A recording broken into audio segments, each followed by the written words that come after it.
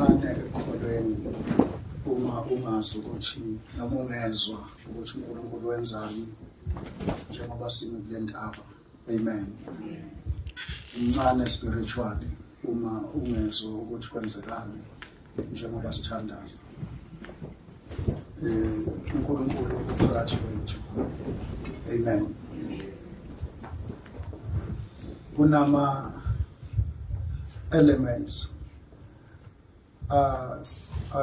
adingekayo makuthandazwa, and uNkulunkulu uvele wamcindezela ngawo the moment ngingena izolo. Angihlupha kakhulu, and namanje futhi Ndhlanzi uyamcindezela into yama elements. Amen. Omthandazo. Siyabona bazalwane. Kulabo abasebenzini bayazi ukuthi noma ngabe usebenza phi kunama offices ahlukene for imisebenzi ehlukene. Amen. Amen. Nami ngisebenza khona mina kukhona ibuilding engikulo elibizwa igama lalo kuthiwa engineering building. Siyabona bazalwane. Muhambe uyosithela ngale ngemuva khona ibuilding ekuthiwa kwa HR. Amen.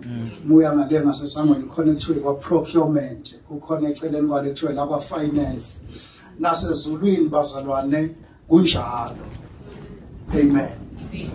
Now ama prayers are administerishwa we altar.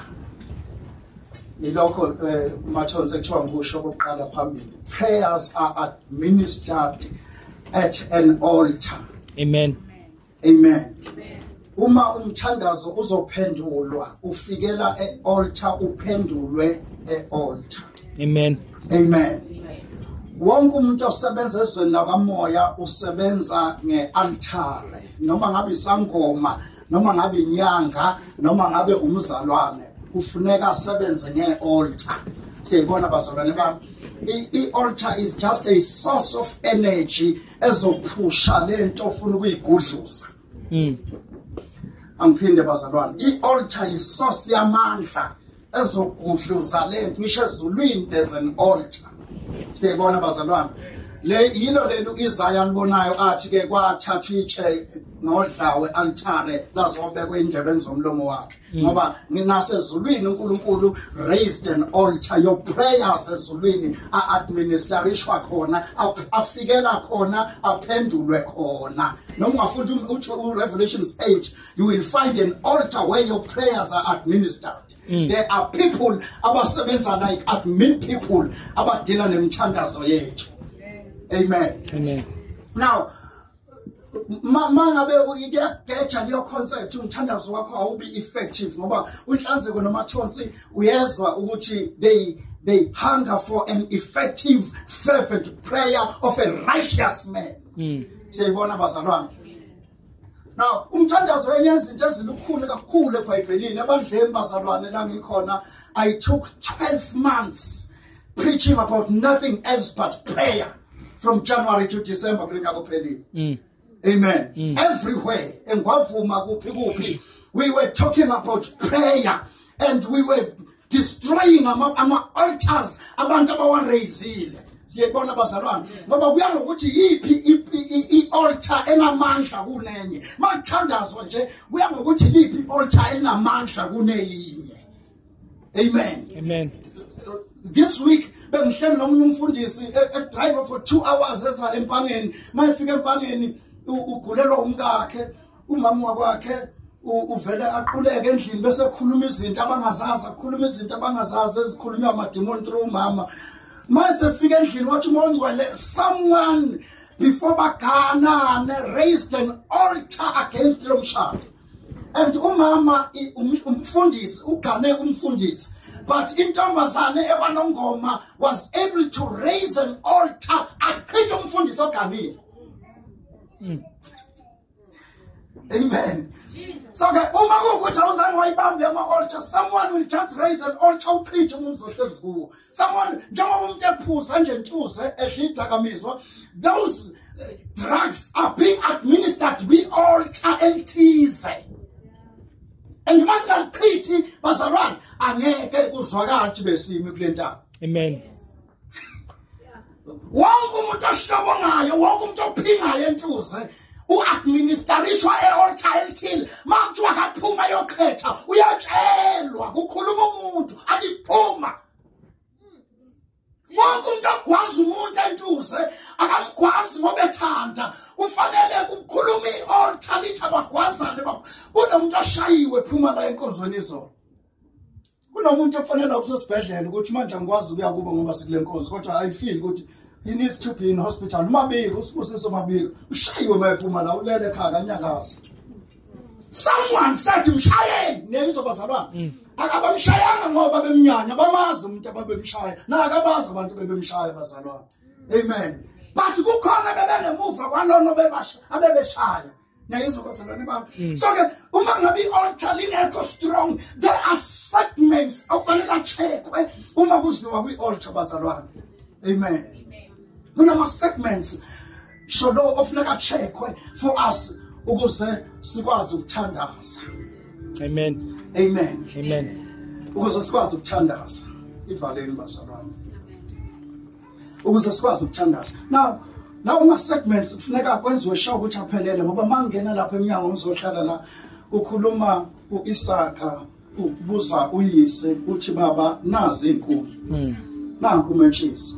Kodwa iyiphivu yomnikelo nawo. Amjabona ukuthi as benyuka intaba he's checking ukuthi onke ama segments aphelele na. Siyibona bazalwane. So ke raise the altar khona lapha bazalwane manje. Sichithe ngaba kithi. Hallelujah. Ngoba bazalwane abaqina dala. Ngaba kithi bazalwane ukuthi yini esiyichitha manje masithanda singayichitha manje. Singalista ama joint kungaphuzwa kontambama namhlanje. Amen. Hallelujah. It's up to us, bazalwane. It's up to us. Amen. Now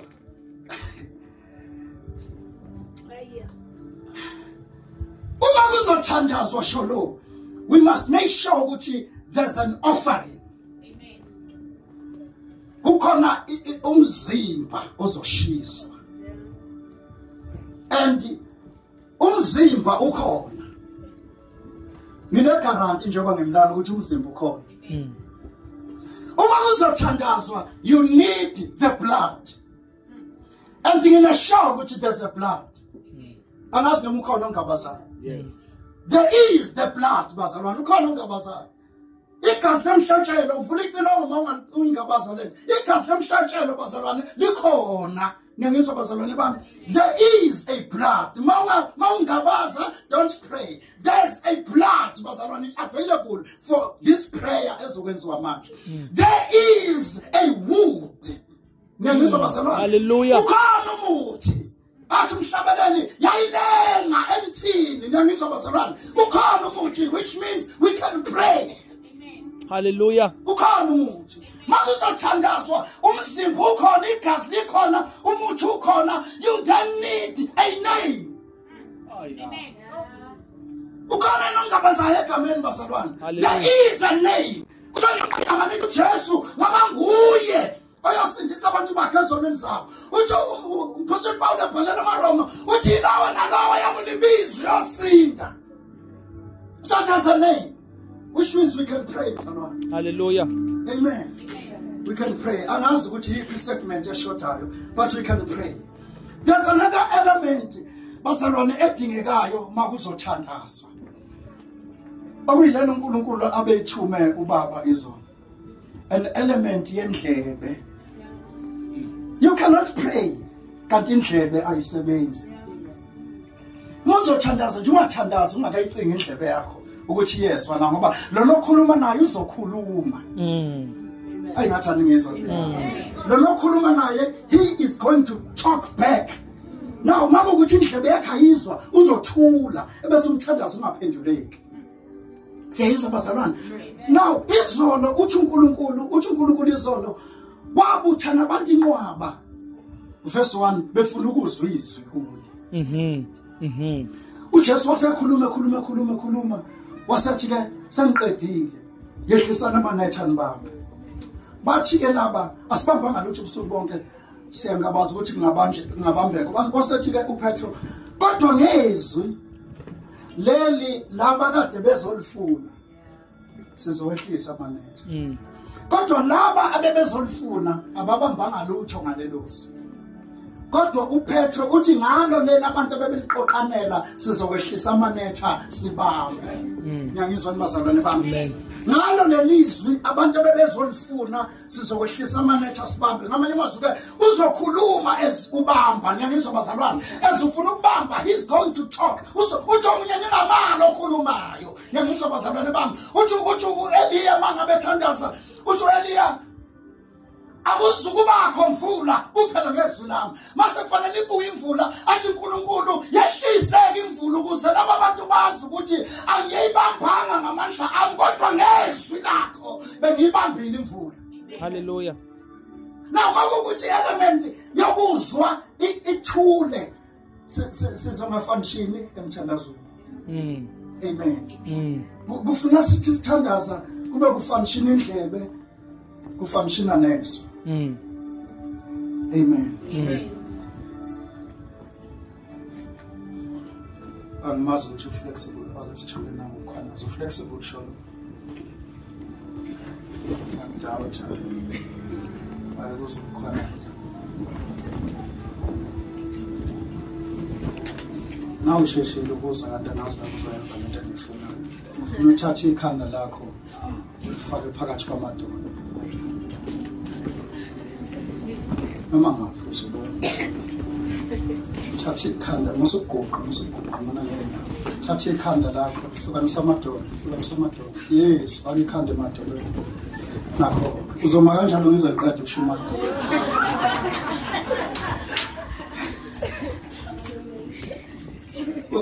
Yabona ubunzima lindocele abuzwayo ema kanje ngize ngiqede ukushumayela.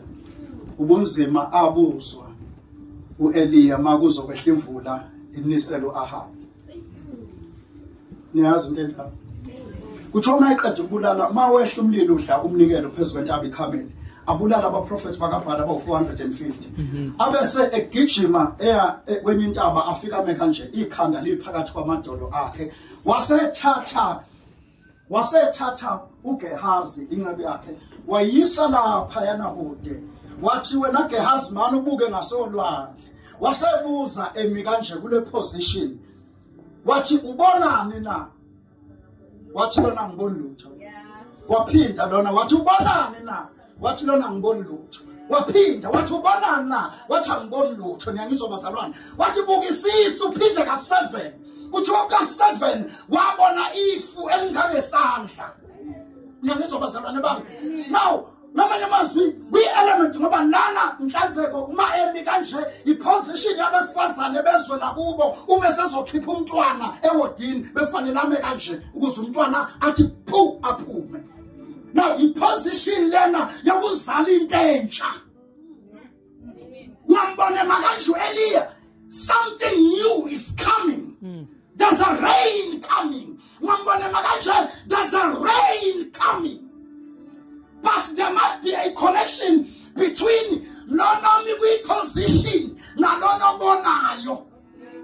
Ngoba lona mesha deprived ngenxa position. Fanele asebenzisa amehlo kalo ngoba umthandazo wenziwa la awukho effective ngendlebe yodwa uma amehlo engekho epositioning yokubona wamisa omunye ukuze abone. We cannot pray until we can begin to see.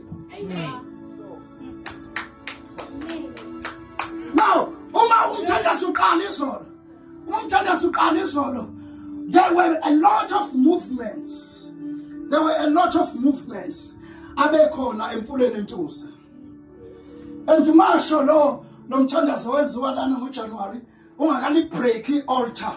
Let's move Ntuza asikakawini. There are altars on the river Ntuza that we must break ukuze usibanibana ayekuphuza Ntuza. Ngiyizwa leyo bazalwane.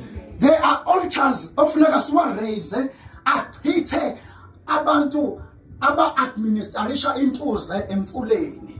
Enye ingane angisazi noma ikhona izolo kuthe mangiyibamba ekhaya kubo kwaskrima izinto emfuleni Ntuza ezantsi kwasekhaya kubo ngibamba umuntu ekhaya kubo kwaskrima izinto emfuleni. Ngamanye amazwi leyo ngane beyi-administration emfuleni. Siyayibona bazalwane. Now, until we see enye into eyenzekile when we pray izolo bazalwane, someone rose, amazi ukuthi beqhamukaphi, someone rose up and stood on the rock entabeni ethize ongoye and washed us, because we cannot function in the realm of prayer until our ears and eyes are wide open. There's someone on me ongoye, and uNkulunkulu Ndhlanzi showed me a mountain ongoye. What you gave me this year, in 2024, you are going to preach less and pray more. So I'm going to a mountain ongoye, and says no man on a little altar and songoye, but I'm gonna be in the mountain ongoye for most part of this year. Amen. There are weekends where I will knock off from Sabbath, go to Ongoye for the whole weekend until Sunday evening. Amen. Amen. And in Unkulunkulu drove me around the mountain.